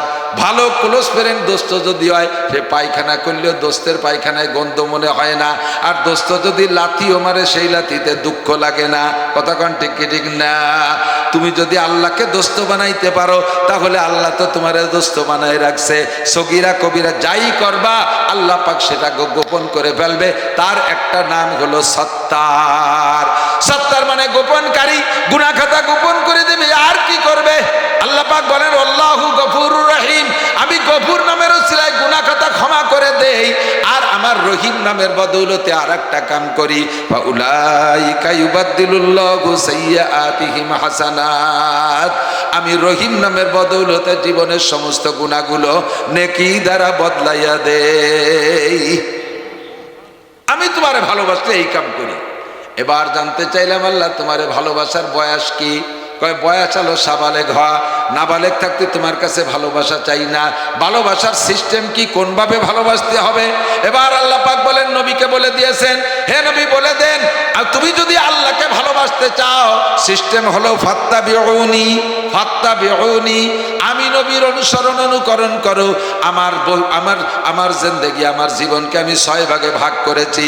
ব্যক্তিগত জীবন, পারিবারিক জীবন, সামাজিক জীবন, অর্থনৈতিক জীবন, রাজনৈতিক জীবন, আন্তর্জাতিক জীবন। নবী পাকের জীবন 6 ভাগে বিভক্ত। হুজুর বলেন, মান আতাআনি দাখালাল জান্নাহ, মান আতাআনি ফাকাদ আতা আল্লাহ। যে ব্যক্তি আমার 6 জীবনের সাথে তার জীবনকে মিল করতে পারবে, সে আল্লাহ পাকের ইতাআত করলো, আল্লাহকে ভালোবাসলো। আল্লাহর অনুসরণ করলো। ওয়ামান আসানি ফাকাদ আসাল্লাহ, যে আমার সাথে নাফরমানি করলো, আমার জীবনের সাথে যার জীবনের মিল করলো না, সে আল্লাহ পাকের সাথে নাফরমানি করলো। আর যে আমার সাথে মিল করলো, তার মিল করার পদ্ধতি কি? হুজুর বলেন, মানে আহাব্বা সুন্নতি ফাকাদ আহাব্বানি। সাহাবায়ে কেরাম বললেন, ওগো নবী, ভালোবাসতে হলে তো ভালোবাসার মানুষটাকে চোখের সামনে দেখতে হয়। আপনি তো আজ আছেন, কাল থাকবেন না। কিয়ামত পর্যন্ত আনেওয়ালা উম্মত আপনাকে ভালোবাসবে কিভাবে? আপনাকে ভালোবাসলেই তো আল্লাহকে ভালোবাসা। আপনারে ভালোবাসবে কিভাবে? নবী বলেন, মান আহাব্বা সুন্নতি, যে আমার সুন্নতকে ভালোবাসলো, ফাকাদ আহাব্বানি, সেজন্য আমি নবীকেই ভালোবাসলো। ওমান আহাব্বানি কানা মাই ফিল জান্নাহ, আর যে আমাকে ভালোবাসবে সে আমার সাথে জান্নাতি হবে। চলে আইছি জায়গা মতো, আমার দিক তাকান। অল্প স্বল্প সংখ্যক, স্বল্প পরিসরে, বেশি কথা বলবো না, শুধুমাত্র একেবারে লাইন ধরাই দেব। চলে আসছে গুছায় গেছে জায়গা মতো। তাহলে আল্লাহর ভালোবাসা পাইলে, আল্লাহকে ভালোবাসলে আল্লাহ ভালোবাসে। আল্লাহর ভালোবাসা পাইলে গুনাহ মাফ হয়ে যায়। গুনাহ করেন নাই এমন কোনো মানুষ আছেন নাকি এ জায়গা? আছেন আছেন আছেন, বরঞ্চ খুঁজলে পাওয়া যাবে। নেকি করি নাই এরকম মানুষ যথেষ্ট পাওয়া যায়। নেকি করি নাই এরকম মানুষ পাওয়া যায় কি যায় না? নামাজ পড়ে নাই এরকম মানুষ আছে না নাই? আছে না নাই? নামাজ পড়ে না এরকম মানুষ পাওয়া যায়। রোজা রাখে না এমন মানুষ পাওয়া যায়। হজ ফরজ হইছে করে না এমন মানুষ পাওয়া যায়। জীবনে সুন্নতি দাড়ি রাখে না এমন মানুষ পাওয়া যায়। সুন্নতে একটা সুন্নতের পর আমল করে নাই এমন মানুষ পাওয়া যায়। কিন্তু গুনাহ করে নাই এ মানুষ খুঁজে পাওয়া যাবে না। এনি ম্যান এভরিবডি গুনাহ হয়েই যায়। আল্লাহ পাক বলেন, সব গুনাহ মাফ করে দিয়ে গুনাহ সংখ্যা পরিমাণ নেকি বানাই দিয়া তোমারে জান্নাতে পাঠায় দেব। শর্ত হলো আমার নবীর 6 জীবনের সাথে মিল করো। হুজুর বলেন, কুল্লু উম্মতি ইয়াদখুলুনাল জান্নাহ ইল্লা মান আবা, যে ওই সব মানুষগুলো আমার সমস্ত উম্মত আমার সাথে জান্নাতে যাবা। ইল্লা মান আবা, শুধু ওই যে ওই উম্মত জাহান্নামে যাবা যার নাম হবে আবা। আবার খেয়াল, আমার সব উম্মত আমার সাথে জান্নাতে যাবা। জোরে কন্যা সুবহানাল্লাহ। ইল্লা মান আবা, শুধু যার নাম হবে আবা, তুমি জাহান্নামে যাবা। ও হে আল্লাহর নবী, আমাদের মধ্যে আবা নামের তো কেউ নাই। কে কার নাম আবা সে জাহান্নামে যাবে? হুজুর বলেন, মান আতানি দাখালাল জান্নাহ, আমার জিন্দেগির সাথে যারা মিল করবে তারা আমার সাথে জান্নাতে যাবে। আর আমার সুন্নতের সাথে আমার আসানি ফাকাদ আবা, আর যারা আমার সুন্নতের সাথে নাফরমানি করবে তাদের নাম হবে আবা, আর তারা এই জাহান্নামে যাবা। এবার আপনার বডিটারে তৈরি করেন, আগে আপনার দেহটাকে আগে তৈরি করেন। আপনার দেহটা নবীর দেহের মতো আছে কিনা? নবীর চুল আপনার চুলের মতো কিনা? আপনার চুল নবীর চুলের মতো কাটাইছেন কিনা? একটা একটা করে আপনাকে ধরা হবে। হুজুর বলেন, আল্লাহ পাক বলেন, উদখুলু ফিস সিলমি কাফা, মুসলমান হইছে শুধু লা ইলাহা ইল্লাল্লাহ দ্বারা মুসলমান হয় না, এর দ্বারা হয় মুমিন, আর আমলের দ্বারা হয় মুসলমান। মুসলমান হবা তো পাক্কা মুসলমান হবা। তোমার একেবারে মাথার থেকে শুরু করো। তোমার চুল নবীর চুলের মতো বানাও, তোমার মোষ নবীর মোষের মতো বানাও, তোমার দাড়িটা নবীর দাড়ির মতো বানাও। আমার দাড়ি কাটা ভাইরা মনে রাখবেন, রাগ করে বলছি না, রাগারাগির সাথে বলি না, মহাব্বতের সাথে বলি। যদি আখিরাতে বিশ্বাস করেন, আখিরাতে বিশ্বাস করেছেন বিদায় তোমাদের মাহফিলে আছে, আখিরাতের সাথে বিশ্বাস করেন বিদায় তো মাঝে মাঝে নামাজ কালাম পড়েন, অক্তীয় নামাজের রেগুলার হয়তো অনেকে পড়েন, কিন্তু কোন কারণে নফসের কোন ধোকায় পড়ে সুন্নতের গলায় ঘুর মারতেছেন, দাড়িতে দৈনন্দিন ঘুর মারেন। 100% গ্যারান্টি দিয়ে বলি, দাড়ি কাটা মুসলমান কিয়ামতের ময়দানে নবী পাকের সুপারিশ পাইতে 50,000 বছর জাহান্নামে জেল খাইতে তারপরে আইসা এই গুনাহ মোচনের পরে আপনি সুপারিশ পাইবেন, তার আগে না। দাড়ি কাটলে 50,000 বছর দাড়ি কাটার গুনার শাস্তি, 50,000 বছর জাহান্নামে পোড়ার পরে তারপরে নবী পাকের সামনে আসবেন। আল্লাহর কসম, নবীর সুপারিশ ছাড়া রাজা বাচ্চা বলেন, পীর মুর্শিদ বলেন, কেউকে সুপারিশ ছাড়া 1 সেকেন্ডও জান্নাতে দেওয়া হবে না। আপনার সার্টিফিকেটে নবী পাক সার্টিফাই করবে। নবী মুসলমান পুরুষদেরকে আগে দেখবে তার মুখমণ্ডল, আপনার মুখখান চেহারাটা কেমন। কসু সারে বাবা ফুল্লোহা, বলবেন যে দাড়ি তো হিন্দু সাধুকেও আছে। আরে ওই সাধুকে দাড়ি আর মুসলমানের দাড়ি এক না, সাধুদের দাড়ি আর মুসলমানের দাড়ি এক না। মুসলমানের দাড়িতে মোষ ছোট হবে, দাড়ি লম্বা হবে, মোষ ছোট হবে, দাড়ি লম্বা হবে। আর হিন্দু সাধুদের মোষ আর দাড়ি দিয়ে মুখ কান গিরে গেছে, ওরা চা খাওয়ার হুটো ডাও রাহে নাই। ই বুমরা মোষ মুখ মুখ টুকিয়ে ফেলেছে। কিভাবে খাবার খায় তাই আল্লাহই ভালো জানে। ওই মোষ মুসলমানের মোষ না, কসুসারে বাবা বললোহা, মোষে ছোট করো, দাড়িরে বড় করো। নবী পাক বলেন তামুতুনা কামা তাহয়াউন ওয়া তুহশারুনা কামা তামুতুন। তোমার জীবনযাপন যেমন হবে মরণটা তোমার তেমন হবে। আবার জীবনযাপন যেমন হবে মরণ তোমার তেমন হবে। আর মরণ তোমার যে চেহারায় হবে, খোদার কসম হাসর হবে তোমার সেই চেহারায়, তোমার হাসর হবে সেই চেহারায়। টুপি দাড়ি পাগড়িওয়ালা অবস্থায় জীবনযাপন, ওইভাবে তোমার মরণ হবে। আর ওই টুপি দাড়ি পাগড়িওয়ালা ছিলেন নবী ও সাহাবায়ে কেরাম, তাদের সাথে তোমার হাসর হবে। আরে তুমি যেই পোশাক পরছো, এই পাশা বের করা প্যান্ট আর নায়ক মার্কা গেঞ্জি, এটা কোনো সাহাবায়ে কেরাম নবী রাসূল পরে নাই। তুমি সেই পোশাকে জীবনযাপন, আত্মতৃপ্তি নিচ্ছ। তুমি দাড়ি কাটলে ইয়াং দেখায়, স্ত্রী তোমাকে যুবক যুবক মনে করে, মানুষের কাছে তুমি একেবারে খোকা খোকা সাইজে আছো। দাড়ি কাটলে কিন্তু সম্মান কমে যায়, দাড়ি রাখলে সম্মান বাড়ে। দাড়িওয়ালা মানুষকে মুরব্বী মনে করে চেয়ার দেয়, আর দাড়ি কাটা মানুষটারে অল্প বয়সী মনে কইরা তারে চেয়ারের থেকে নামায় দেয়, ঘরের থেকে বের করে দেয়, ছোটটা নামি বয়। অথচ বয়স 55 বছর, তারা বলে ছোট, ছোটটা নামি ভাই। 25 বছর একজন দাড়ি রেখে কয়েছে কাকা আপনি চেয়ারে বসেন। এরে কাকা কইয়া চেয়ারে বসায়, আর 50 বছর ওটারে ছোট কইয়া ঘরের তে বের করে দেয়। সুন্নতের মধ্যে মর্যাদাও আছে, সুন্নতের আমল করতে সহজ, কথা কোন ঠিক ঠিক না? যেই মহিলা শতভাগ পর্দা করে, যেই মহিলা শতভাগ পর্দা করে নবীর পরিবারের মতো পরিবার গড়ায়, আপনার পরিবারটা নবীর পরিবারের মতো আছে কিনা? আমার নবীর স্ত্রীরা বাজার ঘাট করে নাই, ইদানিং কালে সারা বাংলাদেশে ছেয়ে গেছে। মহিলারা আগে যাতে একটু কসমেটিক্স কিনতি, পরে আবার একটু বাড়িয়ে গেল শাড়ি চুড়ি নিজেকে গুলো কেনে। ইদানিং কালে মহিলারা কাঁচা বাজারও করে। হ্যাঁ, পুরুষরা বাজার করি না, কই পচা মাছ আছে, তরকারি কিনছে, ওই রান্দা যায় নাকি, এই ভেতনির মতো ভেসকি মারে। পুরুষরা কথা যাও তাই তোমরা কিনে নিয়ে এসো, ওরা তো ওই চায়। একবার যদি মহিলাকে বাজার করতে অনুমতি দেন, জীবনও আপনি বাজার করে দিয়ে খুশি করতে পারবেন না। জানবেন ওই ভেসকি মারবে, এই মানসি কিনে একটা আবাল একটা দামড়া কিনে নিয়েছে, আপনারা গুটিখানি বকানি দেবে। আপনি কোথায় যাও তা তুমি কিনে খাওগে। বাজার ভরে গেছে মহিলাকে জানা, বোরকা ভরে যায়। কেন যান? আপনার ছেলেরে পাঠান, একটু মান কম, কি বলা হয়, একটু কম মানসম্মত তরকারি খান, একটু কম ভালো মাছ খান, একটু পচা কুইয়ে মাছ খান। তবুও পুরুষের কাছে যে মাছ কিনতে যে কটা ঠেলা খাইছেন, ধাক্কা খাইছেন, কেনুর গুতো, প্রত্যেক গুতোই গুতে একটা জেনার গুণা কামাই করে নিয়েছেন। বুঝে দেখেন হাসরের মাঠে যাইয়া ভালো মাছ খাওয়ার স্বাদ আর এই কেনুর গুতোর স্বাদ কারে কয়। বোরকা ভরবে মহিলা, বোরকা ভরে মাথায় কাপড় নাই, বোরকা ভরছে গলার নিচে টুক, মাথা খোলা। বোরকা ভরে শাটার খুলে দিছে দোকানের মতো, দোকানের এই যে ঝাপ খুলে দেয় না, শাটার উঠে 3 কোণা আটকানো, শাটার খুলে। মহিলা বোরকা দিয়ে 3 কোণা আটকাইছে, শাটার খুলে দিছে, মুখ খোলা বোরকা।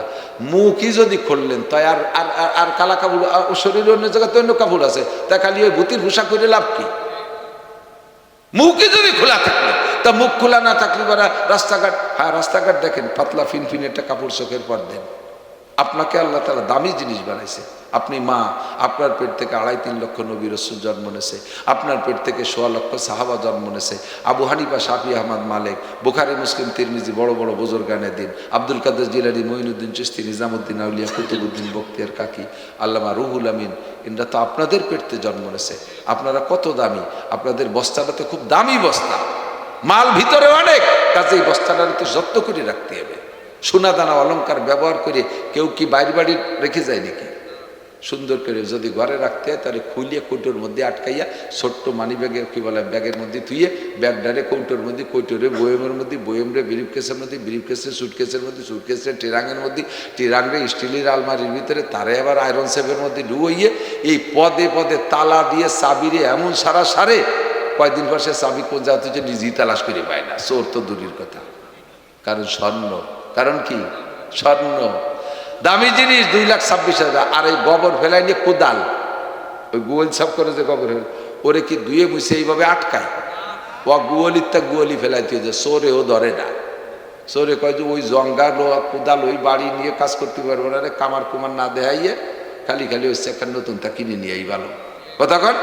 যেই মহিলাটা যত পর্দার মধ্যে থাকে সেটা স্বর্ণের মতো দামি, স্বর্ণের মতো দামি। চোর ডাকায় তার দিকে উকি ঝুঁকি মারতেই পারে, যেহেতু তার ভরি 2,26,000 টাকা। আর যে মহিলারা 8 বাজার দিয়ে ঠেলা খাই বেড়ে হলো গোবর ফেলেনি কুদালের মতো, বছরে ও নেয় না, কারণ অনিলিভারে সে জংমং কি পড়িয়ে রয়েছে 8 মিনিটস, ও সে ডাক্তার না দেখাইয়ে কামার কুমার দিন না ফুলাই বাড়ি উঠানো যাবে না, গোষ্ঠী শুদ্ধ ক্যান্সারে মরবানি, সেই হয়তো আহত দেয় না কেউ। কতক্ষণ? তাহলে যেই মহিলা দামি ওই মহিলা পর্দার ভিতরে থাকে, যেটা বেদামি সেটা রাস্তায় দিয়ে ঠেলা খেয়ে বেড়ায়। মা তুমি পর্দার মধ্যে আসো, তোমার পরিবারটা নবী আলাইহিস সালামের পরিবারের সাথে মিললো কিনা, তাহলে তুমি আল্লাহর সাথে মহব্বত করতে পারবা। কতক্ষণ? মহিলারা নামাজ কালাম পড়ে, নফল নামাজে মহিলারা খুব ভক্ত, আর নফল রোজা। আমার কাছে জিজ্ঞেস করে হুজুর রজবের রোজা কবে, বহুত জিজ্ঞেস করে। ইমাম সাহেবরা যদি রজবের রোজার তারিখ কতি না পারে তাহলে হুজুরি চাকরি ছুটিয়ে দেবে, মুষ্টি চাল বন্ধ, ভালো খাবার দেবে না, মহিলাকেই তো খাবারের চাবি কাঠি। রজবের রোজা বলতে, অথচ ওই মহিলা রমজান মাস আসলি মাসিক হয়েছে 3 দিন, সেই ঠেলায় ঠেলায় আরো 3 দিন রোজা তাই না, ফরজ রোজা। ফরজ রোজা মারিয়ে দেয় 6টা, নফল রোজা রাখার জন্য দাঁতে দাঁত দিয়ে ঘুরে। 1 কোটি নফল রোজার যে দাম, এক রমজানের একটা ফরজ রোজার দাম তার চাইতে 1 কোটি গুণ বেশি। সারা জীবনে রজবের রোজা রাখবেন না, শাবানের রোজা রাখবেন না, মুহররমের রোজা রাখবেন না, সারা জীবনেও খোদার কসম কিয়ামতের ময়দানে আল্লাহ আপনাকে এ মর্মে অ্যারেস্ট করবে না। কিন্তু ফরজ রোজার ব্যাপারে মহিলা ফরজ রোজা রাখছিলেন একা, কয় আল্লাহ শরীর খারাপ ছিল, কয়দিন? 3 দিন। তারপরে 3 দিন যে রাখো নাই, কয় যে সাবান নাই, ছুটা নাই। কয় রোজা রাখতে সাবান ছুটা লাগে কোন জায়গায়? সাবান দিয়ে সেহরি খাবার ছুটাই দিয়ে ইফতার করবা, কি সাবান ছুটা লাগে কোন জায়গায়? সাবান ছুটা লাগে না। আল্লাহ কয় আনজালনা মিনাস সামাই মাআন তাহুরা, আমি আসমান থেকে পবিত্র পানি পাঠাই দিছি, টিউবওয়েলের পানি পাক, সাদা পানি পাক, তোমার ময়লা কাপড়গুলো খুলে রেখে দাও, সাবান ছুটা যেদিন পাও সেদিন খারে দিয়ে ধুইও। তুমি আজকে বেলা আসরের সময় আপনার রক্ত বন্ধ হয়ে গেছে, রমজান মাসে আসরের থেকে মাগরিব পর্যন্ত কিছু খাইতে পারবেন না, যদিও সেইটা রোজা হবে না, তবে ওই টাইমটা আপনার খাওয়া বন্ধ। আপনাকে যে রোজা না রাখার অনুমতি দিয়েছে সেটা যে সমস্যার কারণে, সে সমস্যা যখন বন্ধ হবে ততক্ষণ পর্যন্ত, বন্ধ হওয়ার পরের থেকে আপনি আর আপনার উন্মুক্ত পরিবেশে চলতে পারবেন না, ইচ্ছে মতো আর খাইতে পারবেন না। তারপরের থেকে সেই সময় গোসল কইরা আসরের নামাজ আপনার পড়তে হবে। মাগরিবের 10 মিনিট আগে যেই টাইমের ভিতরে আপনি গোসল করে আসতে পারেন, একটু টাইম বাকি থাকতে যদি আপনার মাসিকের রক্ত বন্ধ হয়ে যায়, ওই সময় গোসল করে ওযু করিয়া আপনার নামাজ পড়তে হবে, নইলে এক ওয়াক্তের জন্য 230 কোটি 40 লক্ষ বছর জাহান্নামে পোড়া লাগবে। ভালো করে মনে রেখে আল্লাহ এই রজব উপলক্ষে করে রোজা নাই। হযরত ওমরের সময় এক সাহাবারে হযরত ওমর বলছে, এই মিয়া তুমি এই কাজটা করে আসো। উনি কইছে হুজুর আমি হলো রোজা। আজকে কি রোজা? কয় যে রজবের রোজা। উনি বলেন তো রজবের রোজা ফালি করে যাইতে। এই পুরো মদিনায় একজন বড় বড় বুড়ো সাহাবা কেউ রজবের রোজা রাখেনি, এত রাখতে গেছে কিনা? আমি রসুলের সাথে 23 বছর নবুয়তি দেখছি। ওমর তো প্রথম সময় মুসলমান, 40তম রোল নাম্বার। আমি হুজুর রে কোনোদিন রজবের রোজা রাখতে দেখিনি, আমাকেও রাখতে কইনি, রাখিনি। তুই আফালি কোন জায়গায় যা কাজ করতে হুজুর না, আর একজনকে কলি ভালো হয়। পরে হাত পাতাইয়া লাঠি দিয়ে পিটাইয়া ওরে রোজা ভাঙ্গাইয়া খাওয়াইয়া শেষে সেই কাজ করাইছে। আর মহিলার এই রজবের রোজা তালাশ করে বেড়াচ্ছে কি পাগলের মতো। যদি কেউ রাখেন, হযরত আবু হুরায়রা বলেন যদি কেউ রজবের রোজা রাখে তাহলে তাকে আল্লাহ তাআলা 1 বছর নফল রোজার নেকি দান করেন। এটা আবু হুরায়রার কথা, এটা রসুলের হাদিস না। যদি আমল করেন, করলে করতে পারেন, দোষ নাই। আজকে রাত্রে খাইয়ে কালকে দিনটাও ভালো পড়ছে, রাখতে পারেন শুক্রবার, অনেক অনেক দিক দিয়ে মিলে যাবে। আল্লাহ রসুল বলেন যে ব্যক্তি 3টি আমল করে তার আমল নামায় কোনো সগীরা গুনাহ থাকে না, কোনো সগীরা গুনাহ থাকে না। 1 নম্বর হলো as-salawatul khams, 5 ওয়াক্ত নামাজ। প্রত্যেক 2 নামাজের মাঝখানে যত সগীরা গুনাহ হবে, 2টা নামাজে সমস্ত সগীরা গুনাহ খেয়ে ফেলে। 2 নম্বরে জুমআতুল জুমআ, গত জুমায় নামাজ পড়ছেন আর আগামীকালকে জুমা পড়বেন তো জুমা ইনশাআল্লাহ। এই মাঝখানে 6 দিনে যত সগীরা গুনাহ, এটা 2 জুমায় শেষ করে দেয়। 3 নম্বর ইবাদত হলো রমাদানু ইলা রমাদান মুকাফফিরাতুম মা বাইনাহুন্না ইজাজতানাবাল কাবায়ের। গত রমজানে রোজা রাখছেন, আবার আগামী রমজানে রোজা রাখবেন। সর্বোচ্চ কালকের পরে আর 33 দিন পরে রমজান আসতেছে, আর 33 দিন, সর্বোচ্চ 33 দিন পরে রমজান আসতেছে। রমজান পাইলে তো রোজা রাখবো ইনশাআল্লাহ। আল্লাহ আমাদের তৌফিক দান করুন। 2 রমজানে রোজা রাখলে মাঝখানে 11 মাসে যত গুনাহ হয় সব গুনাহ আল্লাহ শেষ কইরে দেয় 2 রমজানের ওসিলায়। আল্লাহ পাক আমাদের তৌফিক দান করুন। এবার নবী পাকের ইতাআত, চুলের মধ্যে পুরুষের, মোছের মধ্যে পুরুষের, দাড়ির মধ্যে পুরুষের, নবীর সাথে ইতাআত, টুপির ভিতরে নবীর ইতাআত। নামাজ পড়ে বিনি টুপিতে, কয় যে টুপি ছাড়া নামাজ হয় না? টুপি ছাড়া নামাজ হয়, তা টুপি পরলেও তো হয়। নবী তো কোনোদিন টুপি ছাড়া পড়ে নাই, তুমি আবার ওই ফতোয়া বের করো কে পাগড়ি ছাড়া নামাজ হয় না? হ্যাঁ, পাগড়ি ছাড়া নামাজ হয়, তবে নবী তো পাগড়ি ছাড়া পড়েন নাই। তুমি কমপক্ষে পাগড়ি না পড়তে বলো, টুপিটা পরো। পোশাকের দিক দিয়ে সুন্নতের অনুসরণ করো। টাকনুসিয়ে কাপড় পরবে না, টাকনুসিয়ে কাপড়, লুঙ্গি, প্যান্ট, পাজামা, জুব্বা পরা। নবী পাক বলেন মাস ফালা মিনাল কাবাইনে ফাগুয়া ফিন্নার। টাকনুসিয়ে পুরুষে যদি কাপড় পরে, ওই টাকনু সহ ওই ব্যক্তি জাহান্নামী। আর ওই ব্যক্তির দিকে কিয়ামতের দিকে, কিয়ামতের দিনে আল্লাহ পাক তাকাইবেন না। আমরা দাঁত মাজন করব, দাঁতন করব, এইটা বিরাজ দিয়ে করলেও পারি বা মেশক দিয়ে করলেও পারি। তবে একটা কথা মনে রাখবেন, বিরাজ দিয়ে নবী করেন নাই, নবী বিরাসের কথা বলেন নাই। বলবেন যে যদি বিরাস নবীর জামানায় ছিল না বিদায় করে নাই, নবীর জামানায় বিরাস ছিল কিন্তু নবী করেন নাই। আল্লাহু আকবার। নবী মেশকের কথা বলেছেন। 1 কোটি টাকা দামের যদি বিরাস হয় আর 1 লাখ টাকা দামের যদি পেস্ট হয়, এই 1 কোটি টাকা দামের বিরাজ দিয়ে 1 লাখ টাকা দামের পেস্ট দিয়ে 100 বছর দাঁত মাজলেও, দাঁত পরিষ্কার করলেও একটা নেকিও হবে না। গাছের একটা ডাল কাইটে মেশক করলে আপনাকে আল্লাহ পাক 100 শহীদের সওয়াব দান করবে। মা বোনরা, পুরুষরা মোটামুটি মেশক অনেকে করে, কিন্তু মহিলারা মেশকে কঠিন দুর্বল। মহিলারা বিরাজ করে বেশি, মহিলাদের ঘরে মেশক নাই। আপনারা একটু মেশক বানাই দেবেন। 1 ওয়াক্ত নামাজের অজুতে যদি আপনি মেশক করে অজু বানান, আপনাকে 1 ওয়াক্ত নামাজের বিনিময়ে 70 ওয়াক্ত নামাজের নেকি দান করা হবে। যে ব্যক্তি রেগুলার অজুতে মেশক করে, ওই লোকটার মরণের সময় কলেমা নসিব হবেই হবে। আর হুজুর বলেন মান কানা আখিরু কালামিহি লা ইলাহা ইল্লাল্লাহ ফাদাখালাল জান্নাহ। যেই ব্যক্তির জীবনের শেষ কলেমা হবে লা ইলাহা ইল্লাল্লাহ, ওই লোকটা যেন জান্নাতে চলিয়াই গেল। আপনার মরণের সময় কলেমা নিশ্চিত করতে হলে রেগুলার মেশক করবেন। পকেটে পুরুষরা মেশক রাখবেন। পকেটে একখান মেশক ঢুকে রাখে কি কইরা? পকেটে মেশক রাখা যদি এতই খারাপ লাগে, এত একটা মোবাইল ঢুকে রাখেন কিভাবে? গোল্ড লিফ সিগারেটের প্যাকেট ঢুকে রাখেন, ওর সাথে আর গ্যাসের সিলিন্ডারেরটা ঢুকাই তুইছেন পকেটে, গ্যাস লাইট। এই 1 সিলিন্ডার গ্যাস ঢুকাইলিয়া, এত বড় মোবাইল ঢুকাইলিয়া, গোল্ড লিফ সিগারেটের প্যাকেট ঢুকলো, এত বড় মোটা মানি ব্যাগ ঢুকলো, চিকুন একখান মেশক আর একটু টিস্যু পেপার পকেটে জায়গা পাবে না? ওতে কয় কেজি ওজন? এটা সাথে থাকলে সর্বক্ষণ শরীর পাক থাকে। অজুর সময় একটা ডলাই দিয়ে মোটা নেকি কামাই করা যায়। যে ব্যক্তি রেগুলার মেশক করে অজু বানায়, আল্লাহ তাআলা তার মরণের পরে জানা যায় মানুষ